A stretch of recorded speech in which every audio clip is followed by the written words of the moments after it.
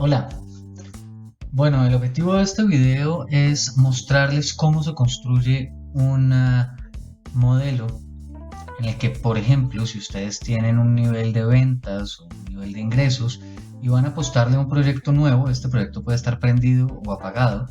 Entonces vamos a construir un modelo de precios, digamos precios por cantidades, en el que vamos a incluir un proyecto que puede o no ocurrir.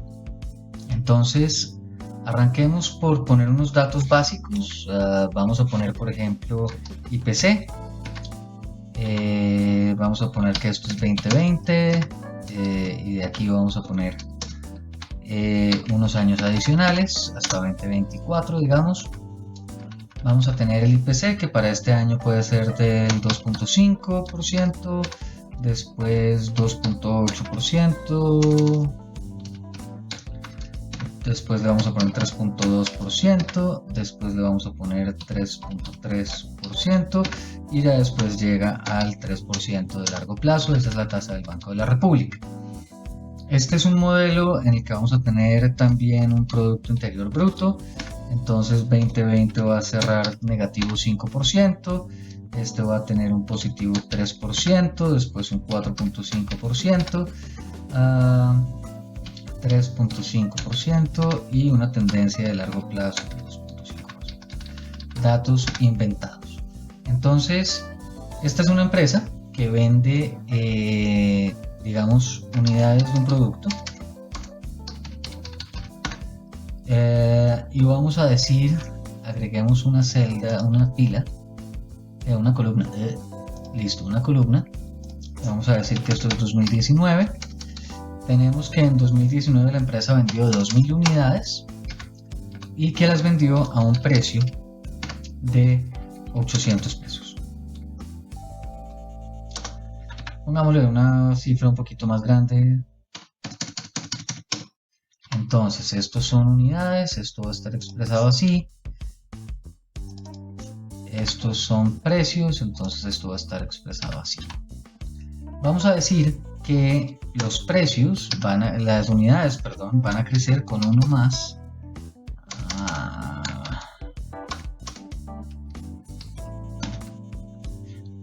Vamos a decir que las unidades van a crecer con uno más el PIB. Y vamos a decir que los precios van a crecer con uno más la inflación. Esta empresa la maneja el presidente Duque.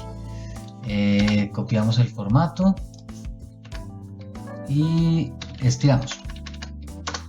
Entonces vamos a tener unos ingresos antes del proyecto. Sí, unos ingresos, digamos los ingresos estables de la firma, que son P por Q. Y eso nos da 1.600 millones y son unos ingresos que crecen, digamos, tomando esos valores. Vale. Así las cosas.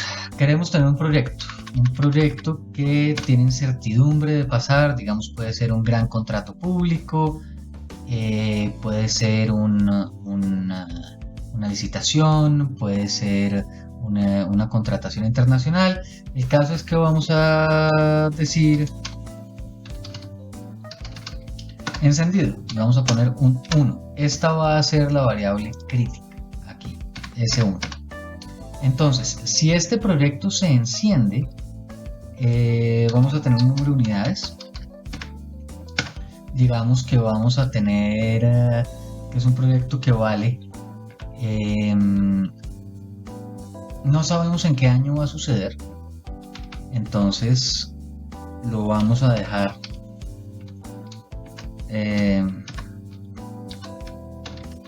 para que pueda ocurrir en cualquiera de los años. Y vamos a decir que cuando ocurre, las ventas crecen en 300.000 unidades. Entonces tenemos 300.000 unidades que van a venderse a el precio que ya hemos calculado arriba. Y podemos decir que son 300.000 unidades por este precio que está aquí calculado. Y entonces la pregunta es, ¿cuánto van a crecer las ventas o cuánto va a ser el valor de las ventas en cada uno de los años? Entonces, el ingreso final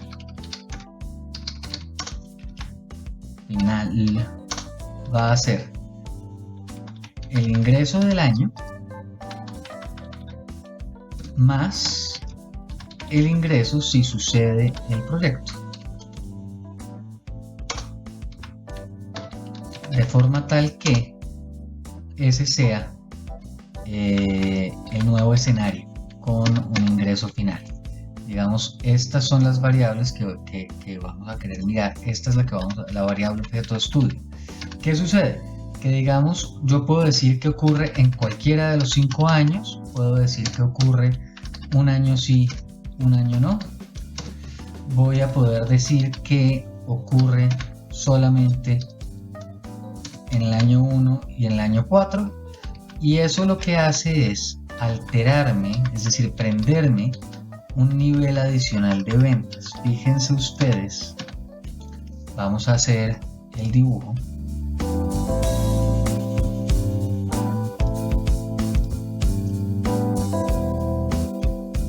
Y entonces pongámoslo por aquí abajo. Si el proyecto que yo tengo está pagado todos los años, lo que tengo es un nivel de ventas que crece con la inflación y con el PIB. Pero fíjense que en el año en el que prendo el proyecto, las ventas suben. Claro, pero entonces, Germán, resulta que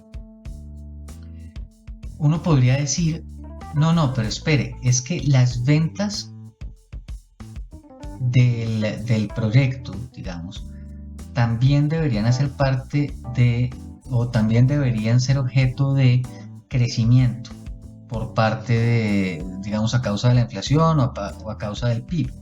Entonces uno puede decir, entonces mi número de unidades debería depender, y lo voy a volver a dejar prendido para que sea más clara la formulación, el número de unidades que yo voy a vender realmente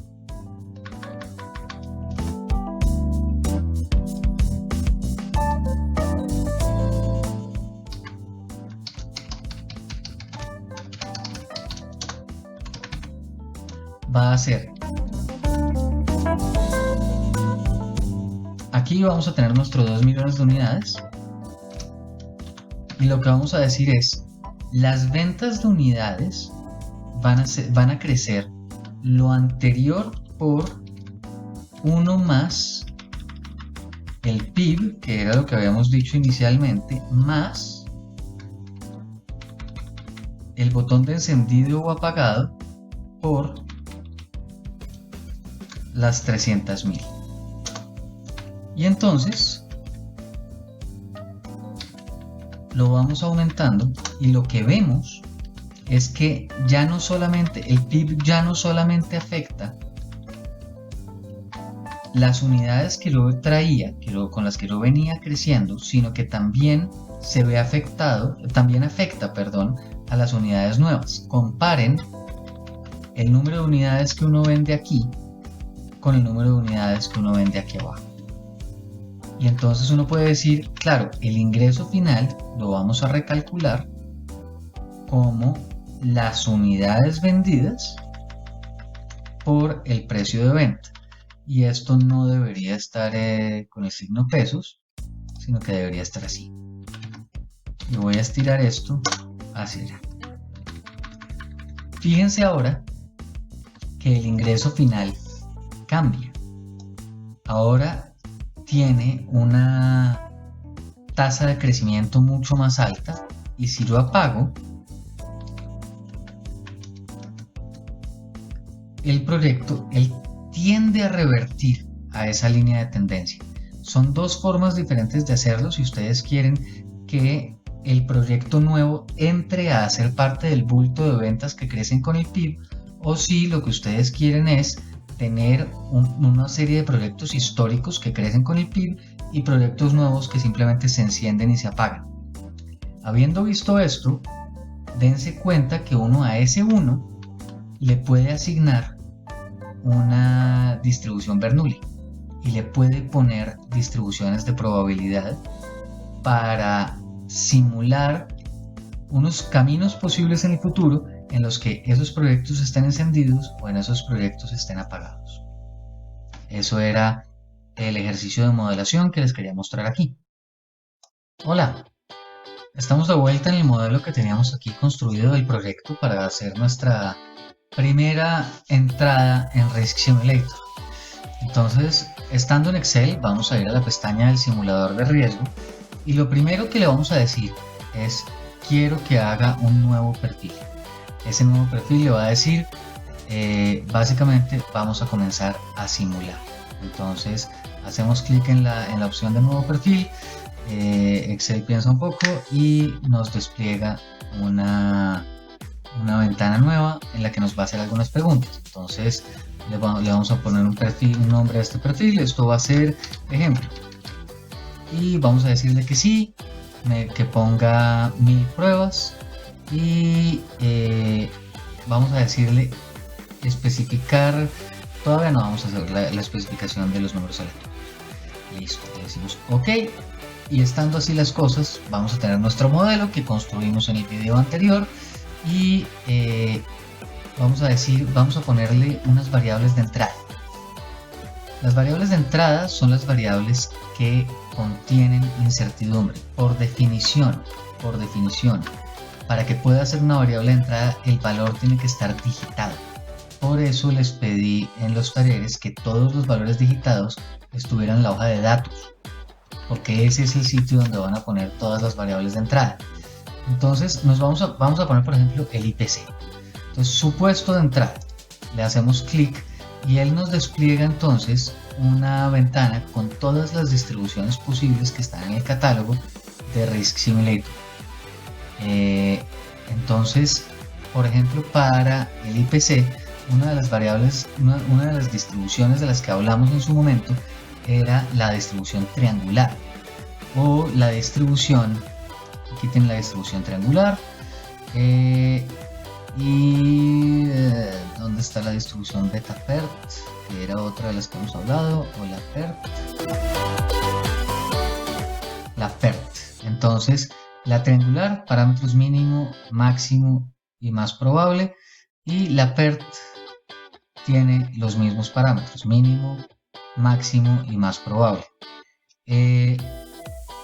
¿Cuál queremos coger? Le vamos a apostar a que el Banco de la República tiene toda la razón, entonces la distribución se va a mover entre el rango meta 0.02, es el mínimo, le doy tab y miren que inmediatamente la forma de la distribución cambia. El estimador punto, que es el que lo puse, 2.5 y el máximo vamos a decir que es 4. Esa es digamos el rango meta que tiene el Banco de la República, entre el 2 y el 4. Entonces fíjense que ya en el eje X, que es el que tiene el rango de la distribución, va desde el 2% hasta el 4%. Y le vamos a decir OK. Una vez le damos OK, él le pone un color a la variable. Ese color es puesto por Risk, no es puesto por mí. Y lo que nos indica es, esa es una variable de entrada. Podemos hacer lo mismo para las demás variables. Vamos a poner, por ejemplo, una PERT aquí. Y vamos a volver a hacer el 2 y el 4. OK. Vamos a ponerle... Digamos que aquí ya dejé de confiar en los parámetros de mis expertos, entonces no sé si realmente van a cumplir o no, o si están haciendo una buena estimación o no. Entonces me quedo entre el 2 y el 4, pero ya es triangular, entonces ya no estoy concentrando tantos datos alrededor del más probable. Entonces ustedes pueden hacer esto así. Listo. Miren que uno le puede inducir asimetría en la distribución. Uno puede plantear que esta va a tener asimetría.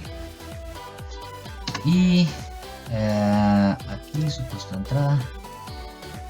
aquí definitivamente yo ya no creo que ese 3% sea razonable, o sea que cualquier valor entre el 2 y el 4 puede caer, entonces le pongo simplemente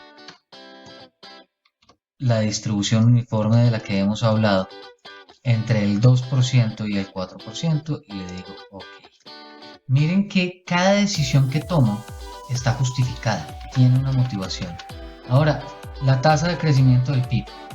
Entonces, la tasa de crecimiento del PIB le vamos a poner también unos supuestos de entrada.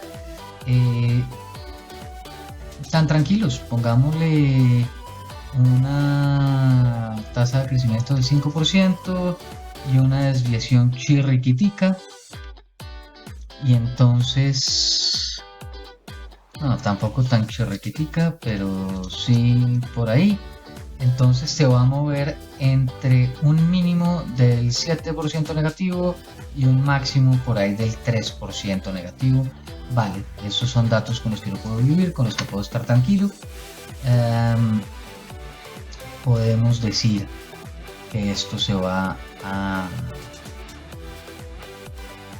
3 y 0,3, esto se mueve entre 0,2 y 0,5, sí, eso me tiene tranquilo. Supuesto de entrada, normal. Podríamos poner una T de student, a ver cómo la parametrizamos. Y de una vez tenemos esa discusión, la distribución T, ubicación 0. No.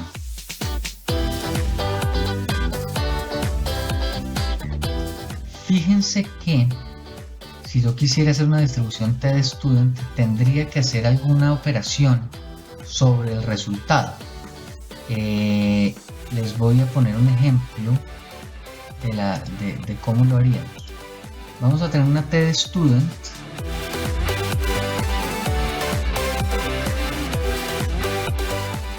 Inicio.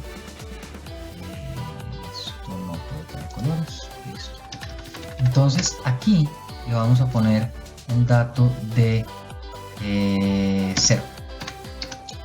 Y vamos a poner en simulador de riesgo supuesto de entrada y le vamos a poner a ese 0 un valor T de students. Entonces la T de student es esta. Si yo la pongo con ubicación 0 y 10 grados de libertad, miren que me pone una media 0 y una desviación estándar de 1.18. Esa desviación estándar es de 111%, es una desviación estándar altísima. Entonces, primero le voy a bajar un poquito los grados de libertad para que no me dé una kurtosis de 1, sino una kurtosis un poco más alta, que se va a mover entre 450 negativo y 450 positivo. ¿Qué puedo hacer yo para cambiar la distribución de esa variable, los parámetros? Entonces yo sé que tiene media 0 y desviación 111. La media, yo puedo coger esta variable, que es la que se me está generando aleatoriamente, y dividirla por el 111%, que es la desviación que tiene, o dividirla por 1.11 y multiplicarla por la desviación que quiera. Entonces decimos que queremos que tenga una desviación del 4%. Ya ahí, en ese momento, lo que tenemos es que la variable que está en este momento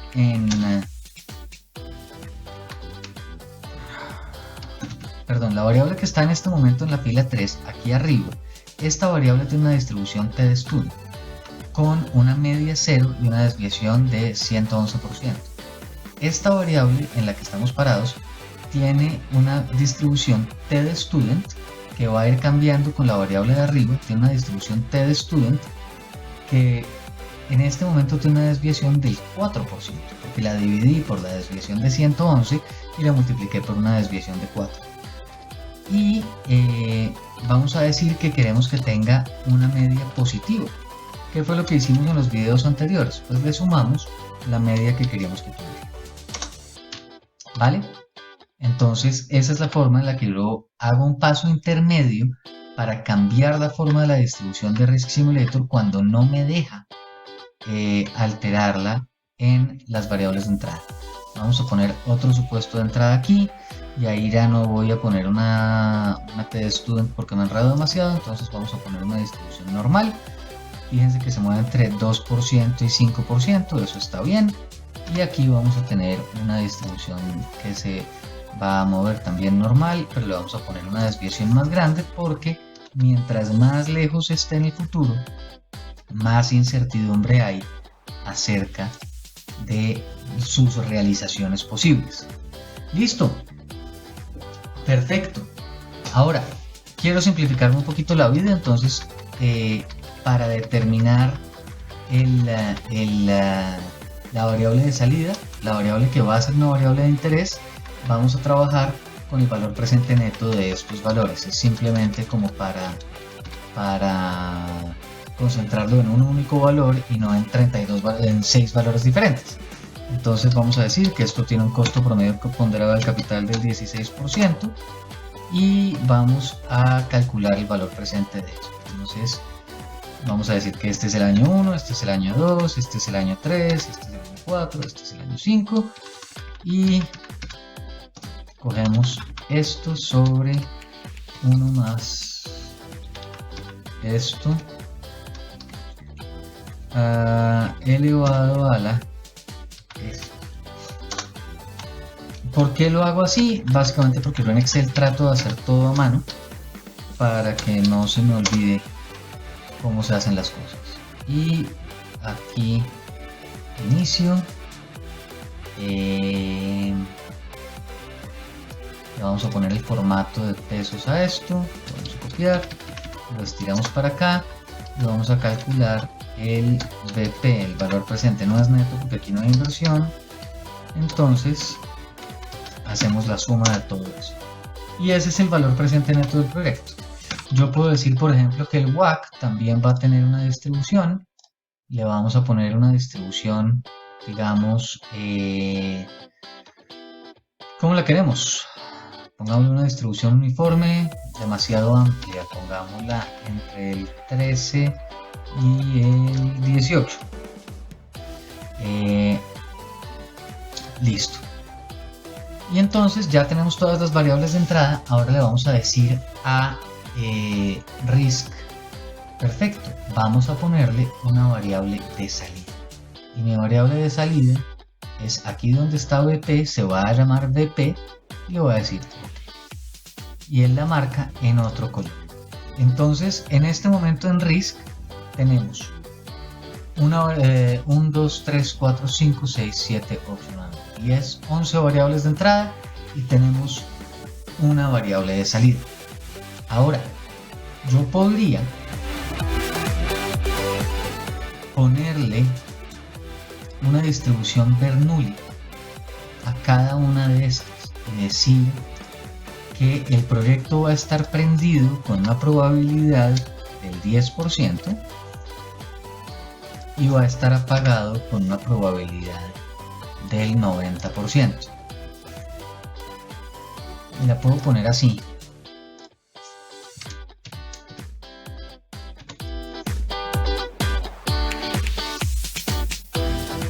Para cada uno de los periodos.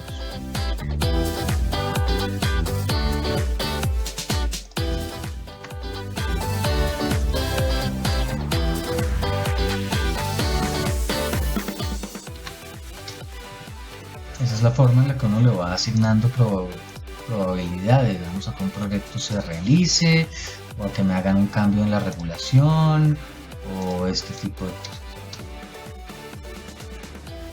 Ok, listo. Hecho eso, ahora yo les puedo decir el siguiente punto. Si el proyecto ocurre en un año, ya no puede volver a ocurrir en ninguno más. Es un proyecto de una sola vez.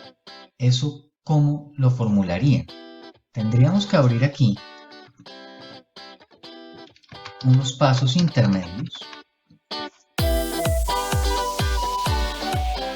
Vamos a quitar los colores para no confundirnos. Y entonces vamos a poner el condicional. El condicional va a ser, para el primer año tome este. Ahora, Si el anterior es igual a 1, entonces ponga 0, de lo contrario, ponga el de arriba.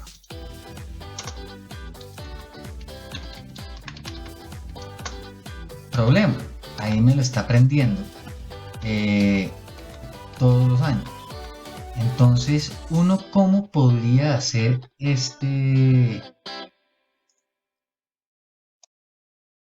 Vale, acaban de ver un pequeño corte porque el programa que utilizo para grabar no me deja grabar más de 15 minutos.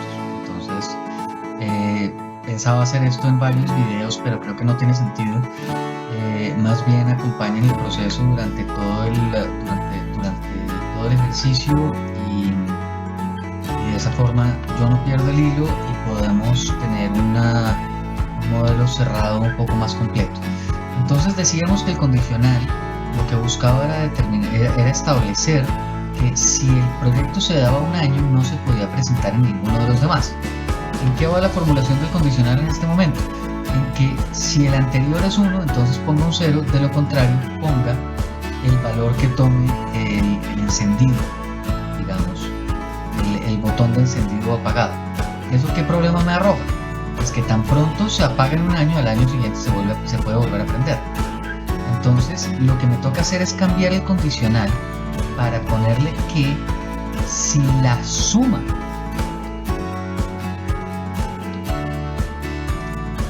de C13 F4 de C13 a C13 sin el F4 es igual a 1, entonces ponga un 0, de lo contrario ponga el de 11. ¿Eso no se puede hacer? Bueno, entonces vamos a hacer esto hasta C13. Listo. ¿Por qué no me está dejando hacer esto? Claro, perdón. Ya sé que puse zoom y este está en español, entonces esto es zoom. Listo, entonces y lo estiro tal que 2, pero se va estirando. Listo, eso se ve razonable. Entonces aquí hagamos una prueba. Vamos a apagar este. Vamos a apagar este. Fíjense que se prende uno y los demás se quedan apagados. Entonces, efectivamente, esto está haciendo lo que inicialmente queríamos que hiciera. Este está cumpliendo con el propósito de prenderse una vez y no volverse a prender nunca después de esa vez. Listo. Hecho eso, ahora el punto es que mis unidades a vender no van a multiplicarse por el 1 de encendido o apagado, sino que se van a multiplicar por el 1 de condicional. Y eso me va a permitir prender o apagar el proyecto solamente una vez, porque va atado al condicional. Entonces fíjense ustedes que si yo, por ejemplo, apago esto, el salto en unidades aparece en el año siguiente. ¿Vale? Listo. Eso ya tenemos un modelo cerrado, ya tenemos un modelo completo. Guardemos, porque pues uno debe guardar de vez en cuando. Y una vez hemos guardado, vamos al simulador de riesgo para mirar algunas herramientas analíticas que tenemos. Entonces nos paramos en la variable de salida y en las variables analíticas vamos a mirar el análisis de tornado. El análisis de tornado es un análisis que se puede hacer, que no requiere que se haya ocurrido la simulación todavía. Esa es su principal diferencia con el análisis de sensibilidad. El análisis de tornado lo que va a hacer es que va a perturbar cada una de las variables que están en verde. Cada una de las variables de entrada la va a perturbar, la va a modificar un poquito y va a mirar cuál es el efecto sobre la variable de salida. Entonces le damos análisis de tornado. Esto puede tardarse un tiempito, lo dejamos ahí trabajar y entonces él me va a decir Estas son las variables que tengo programadas que puedo perturbar. Yo le digo listo, muestre todas las variables, y le digo use la dirección de la celda. Entonces él me va a poner, le quito, use fíjense que si yo le dejo use la dirección de la celda, me pone E3, F22, F2, F15. Si yo le digo, si le quito el use la dirección de la celda, entonces me pone encendido, unidades, encendido, y me dice en qué celda está, ¿vale? Listo. Es igual, digámoslo con la dirección de la celda. Hecho así, le doy OK y él procede a hacer la perturbación variable a variable y a mostrarme cuáles son los efectos sobre la variable de celda. ¿Esto por qué es importante? Esto es importante básicamente porque sin haber todavía simulado, sin haber todavía corrido la simulación, esto lo hubiera podido hacer sin haber asignado las variables aleatorias. Simplemente con la estructura del modelo, él puede mirar estadísticamente cuáles son las variables que más pesan, cuáles son las variables que más impactan. Y miren que aquí me sale B7, B6, B22, G22. Entonces, vamos a mirar. B7 es el número de unidades. Fíjense que esa variable yo no la puedo modificar, eso es histórico. B7 y B6, número de unidades y precio. Yo eso no lo puedo modificar. Entonces, aunque tiene mucho impacto, aunque tiene un efecto grande, obviamente, no es una variable que tenga incertidumbre. B22, entonces vamos y miramos B22. B22 es el WAC, esa sí es una variable que tiene incertidumbre. Y fíjense que le dimos una distribución. Después G22, entonces al proyecto G22. Claro, es el número del año, a eso no tiene incertidumbre, a eso no se le puede poner un efecto. Entonces este modelo lo que me está diciendo es cuáles son las variables que más me afectan, ¿no? Cuáles son las fuentes de incertidumbre, etcétera, etcétera. Por ejemplo, todo lo que sea fila 22 que no sea la B son los números de los años. Pues sí, son muy importantes y todo lo que ustedes quieran, pero no son objeto de incertidumbre. Ahora vamos a C4. Entonces en C4 me aparece el PIB de este año. Ah, ok, eso sí tiene incertidumbre, ¿cierto? Y por allá abajo, una de las últimas, digamos, de las menos importantes, vamos a decir que es la D15. Entonces vamos a proyecto, a D15. Entonces en D15, esto porque tiene... Ah, ok, pues tiene un valor, pero no lo podemos simular. Entonces G4, G2, G4, tenemos la celda, la G11 que está aquí. Entonces la 11, ahí empiezan a aparecer los botones de encendido y apagado. Entonces miramos en el gráfico de tornado, los botones de encendido y apagado efectivamente tienen algún tipo de efecto. Aquí, todo lo que sea F11. ¿Qué quiere decir verde? ¿Qué quiere decir rojo? Que cuando sube la variable que está en B7, baja, sube el VPN, y el caso del rojo, cuando... A ver, otra vez. A la derecha quiere decir que la variable sube y la variable B7 sube, y a la izquierda quiere decir que la variable B7 baja. Entonces acuérdense que B7 era precio y B6 era cantidad, o al revés, aumenta precio y aumenta cantidad, pues aumenta VPN. B22 era el WAC.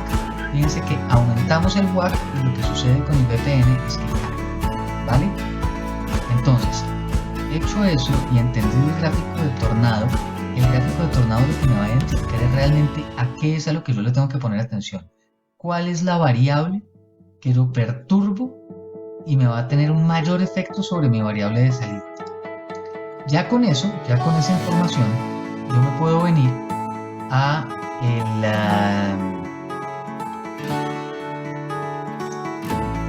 la simulación.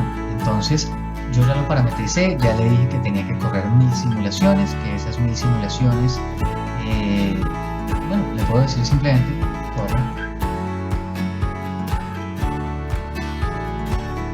Él comienza a hacer el ejercicio, abre una ventana de simulación en la que me dice cuántas simulaciones lleva, me indica cómo va evolucionando el proceso de la simulación y me arroja una gráfica. Miren cómo él va perturbando las distintas variables que yo he parametrizado, ¿cierto? Y ante esas perturbaciones ustedes empiezan a ver movimientos en la variable de valor presente. Eso, digamos, es una de las ventajas de este programa. Y luego le puedo decir, aquí muéstrame la vista global. Así él me muestra cómo va evolucionando la distribución y me da toda una cantidad de estadísticas descriptivas que son importantes.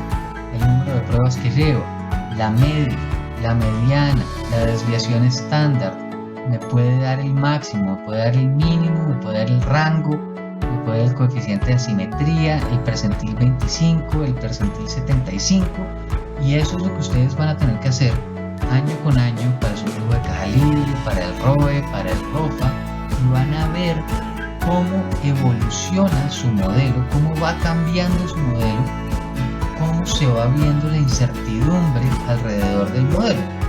En un buen momento me dice la simulación ha terminado, yo le doy las gracias y entonces puedo venir a mirar esta gráfica y decirle, oiga, una pregunta, miremos solamente la cola izquierda y muéstreme una certeza, no del 99, no del 70, lo voy bajando aquí la certeza, yo le digo, oiga, muéstreme cuál es el peor valor presente neto que podemos tener en el 95% de los casos. O sea, déjeme ahí el 5% en la cola izquierda. ¿Suena conocido? Eso es un VAR. Eso es un VAR. Es un valor en riesgo. El peor valor presente neto de este proyecto con estas incertidumbres que hemos visto es de 5.398 millones. Que sí, que la media es 5.800, que la mediana es 5.799, o sea, es casi simétrico, no está tan grave. Sí, pero tenemos también un worst case. Se puede hacer también con el 1%, eso no pasa nada. Ya cuánto quiero dejar yo en la cola, no importa. Pero es importante haber entendido que esta gráfica me permite responder ese tipo de preguntas. Lo último que quiero que miremos aquí es, dentro de sus herramientas analíticas, el análisis de sensibilidad, que está aquí arriba y ahora sí se puede utilizar. Le vamos a dar play, vamos a decir, hágalo sobre la variable VP. Ahí sí solamente lo va a hacer con las variables a las que yo les asigné una distribución de probabilidad, o sea, las variables que tienen incertidumbre. En este caso me va a decir, mire, este es el porcentaje de la variabilidad del valor presente neto, el porcentaje de la varianza del valor presente neto explicado por cada una de las variables, y esto suma 100%. Me dice, cerca del 60% de la variabilidad está explicado por B22. Me voy, B22 es el WACC. Entonces, el papel que juega el WACC en este modelo es importantísimo. Después, otra variable que es muy explicativa es la E3. El proyecto, la columna E, miro la E3, vea, es que esa T de student, como se mueve tanto, es tan volátil, le pega muy duro al modelo. De pronto es que esa forma de calcularla, de dividirla, de pronto igual me está quedando con una desviación muy alta. Eso me llama la atención primero para revisar los supuestos y después sí para confirmar el modelo. Y después me dice lo siguiente es D11, E11, C11 y F11. O sea, la fila 11. Efectivamente, el proyecto, si se prende o se apaga, se prende o se apaga, se prende o se apaga, me explica una muy buena parte de la variable. Eso es Risk Simulator, es un ejercicio sencillísimo que acabamos de hacer en Risk y que espero que les sea de mucha utilidad. Obviamente deben leer el libro de Moon, ahí hay una cantidad de información útil, importante, van a poder ir más allá de esto, pero pues me parece que esta es una buena introducción.